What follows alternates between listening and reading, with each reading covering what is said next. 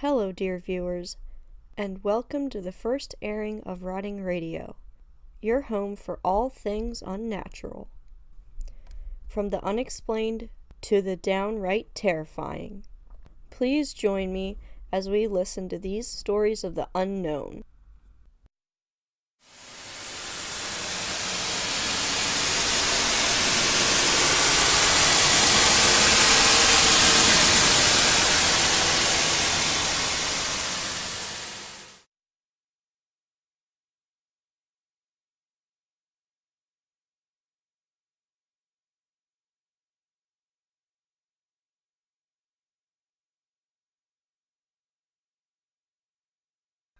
Around 1 year ago, me and my friend decided to bring her old Ouija board on a field trip.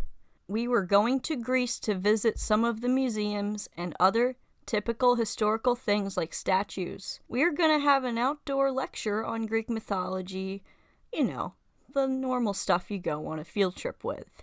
Our class was going to stay there for 3 days in a hotel somewhere. I genuinely forgot the name, but I know it was somewhere at the end of the capital city. If anyone here knows which hotel I'm talking about, then good. As soon as our outdoor lecture was over, we were sent to our rooms. 3 of us were staying together in one room, 2 guys and me.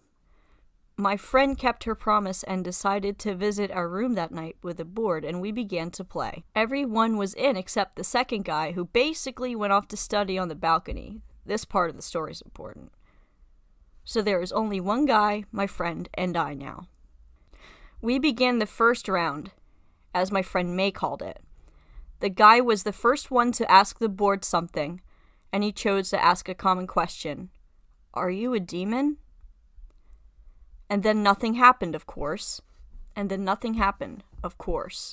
We waited for around 5 minutes before asking the second question, and I was the one who decided to ask the board, is there a ghost in this room that would like to speak with us?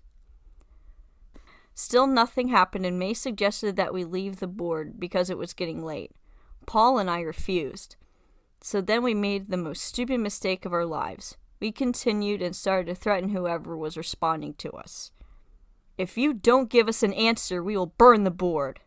May said that, and Paul looked petrified.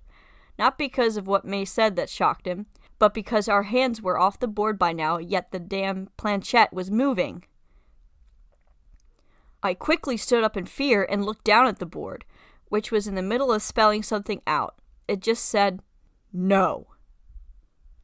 What I remember specifically is that it did not hover over the no already written on the side, but it spelled out the word by itself. We said goodbye, closed the board, put aside the planchette, and tossed it in my friend's backpack. She scurried away back to her room, terrified and pale. Not even 10 seconds passed before the guy that went off to study on the balcony bursted into the room, yelling that he just saw someone's leg falling from the floor above us and into the bushes. We told him what we did, and he had what looked like a semi-panic attack. After that, we ended the night by going off to sleep. The next morning, after we got breakfast, May convinced me and the other 2 guys to come with her to check if the leg was in the bushes after she spoke to the elderly couple from Germany above us, if they dropped anything, and they happened to say no. Surprisingly, instead of a leg, like the guy whose study described, we found an old, black, torn-up boot that was knee-high length and looked really old. It was actually pretty big, and we assumed that it either belonged to a man or a woman with bigger feet. We never found out anything else about this strange occurrence, and when we asked the staff, they joked that the hotel might be haunted, assuming that we were just a bunch of lying kids that wanted to mess with them.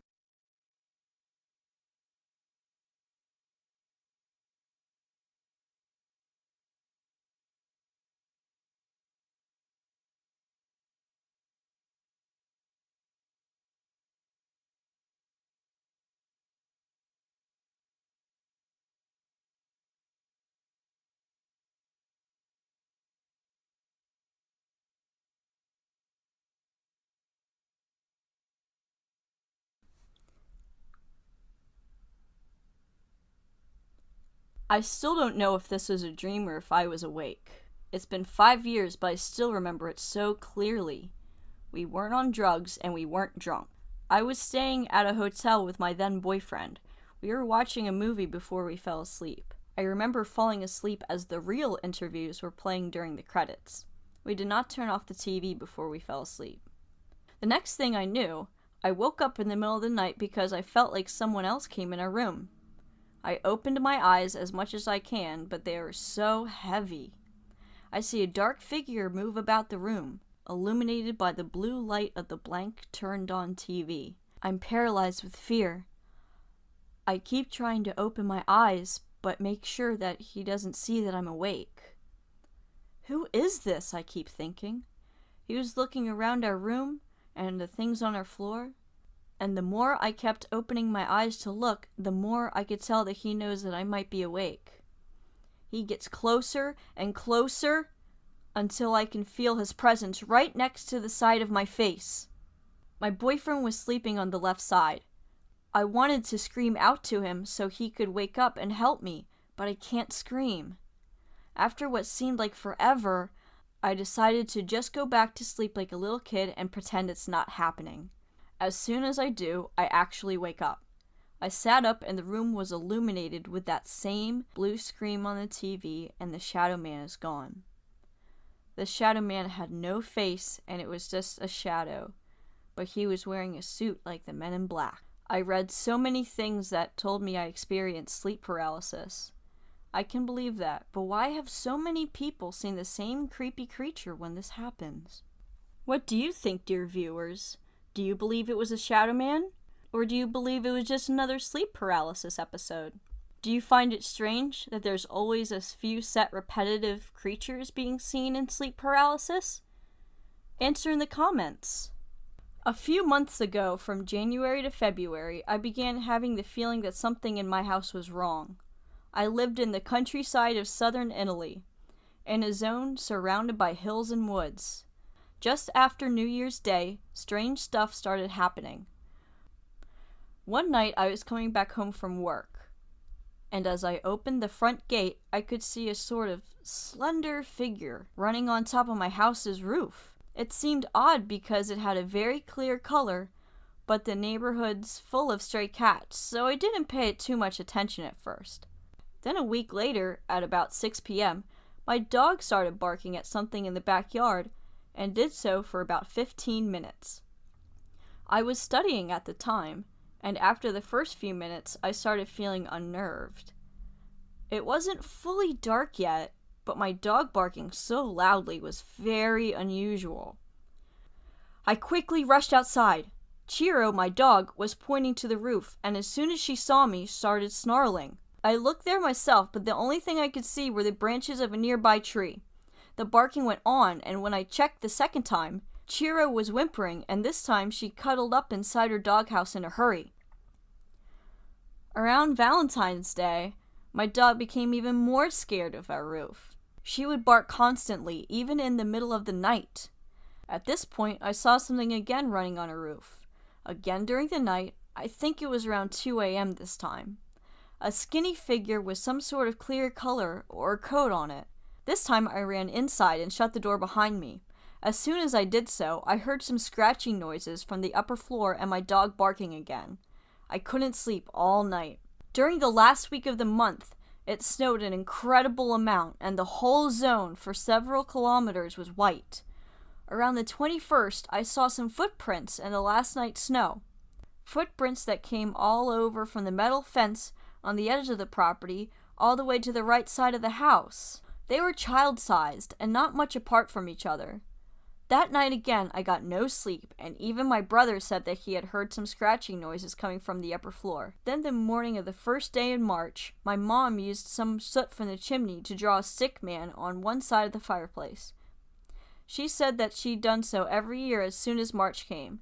She added that her father also did so, and told her to use a rhyme in our local dialect, which could be roughly translated as, "Paint March, for March paints you." Everything I mentioned so far stopped immediately after. No scared barking at the rooftop, no strange figures running on top of it, neither strange footprints nor scratching noises. I'm truly lost about it.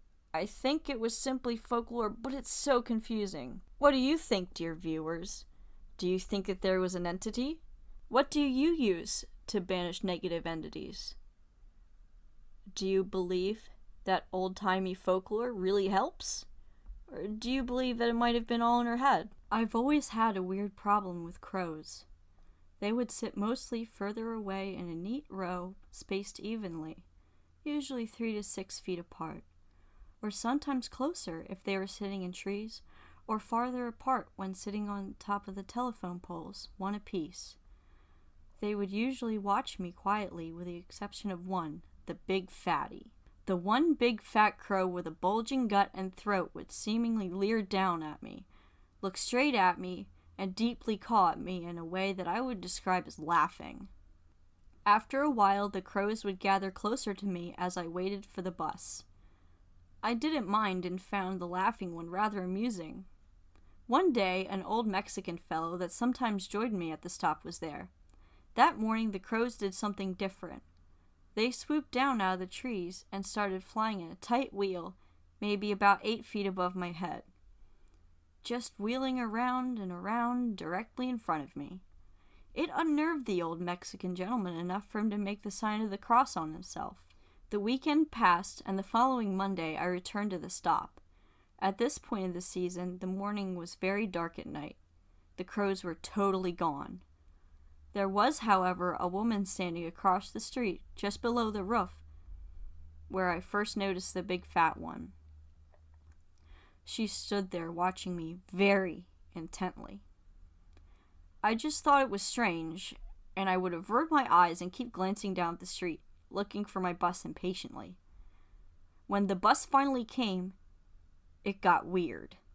Very weird. As the bus rolls to a stop, she makes a mad dash across the street. The way she ran was so strange. With her squat legs shuffling very rapidly, she leaned slightly into her sprint, but mostly kept her arms low at her sides. My breath caught in my throat for a moment as she got close. Here's the thing. At the time, what happened seemed totally normal to me.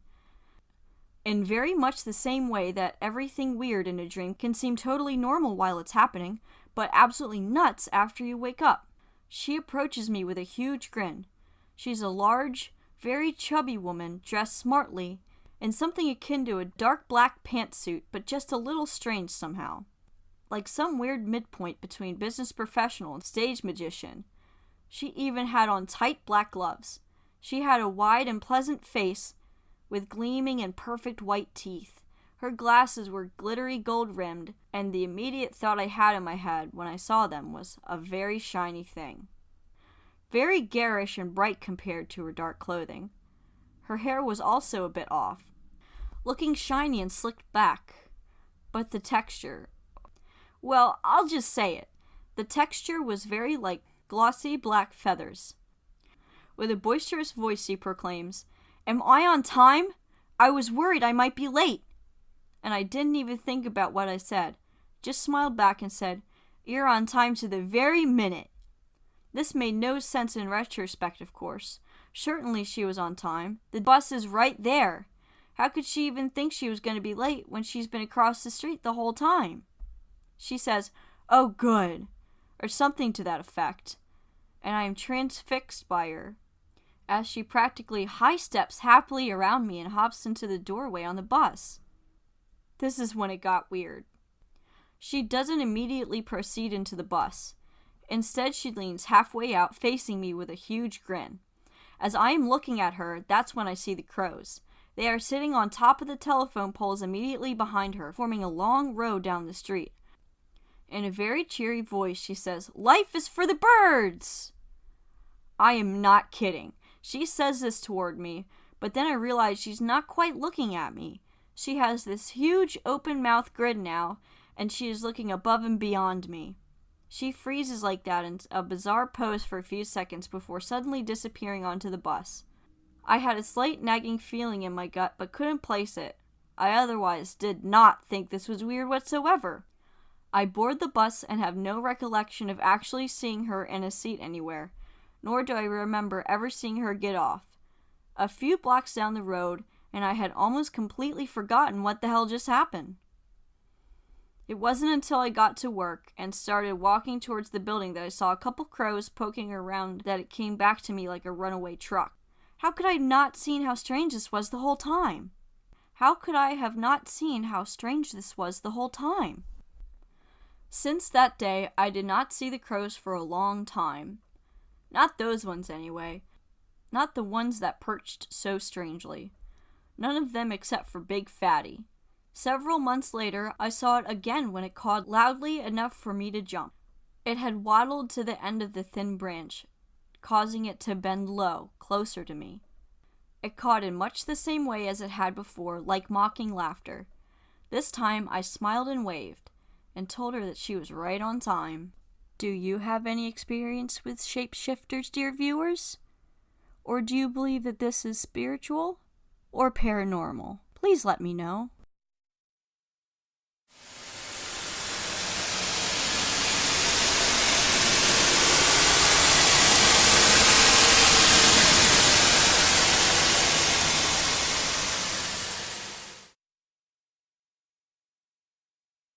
Well, there you have it, listeners.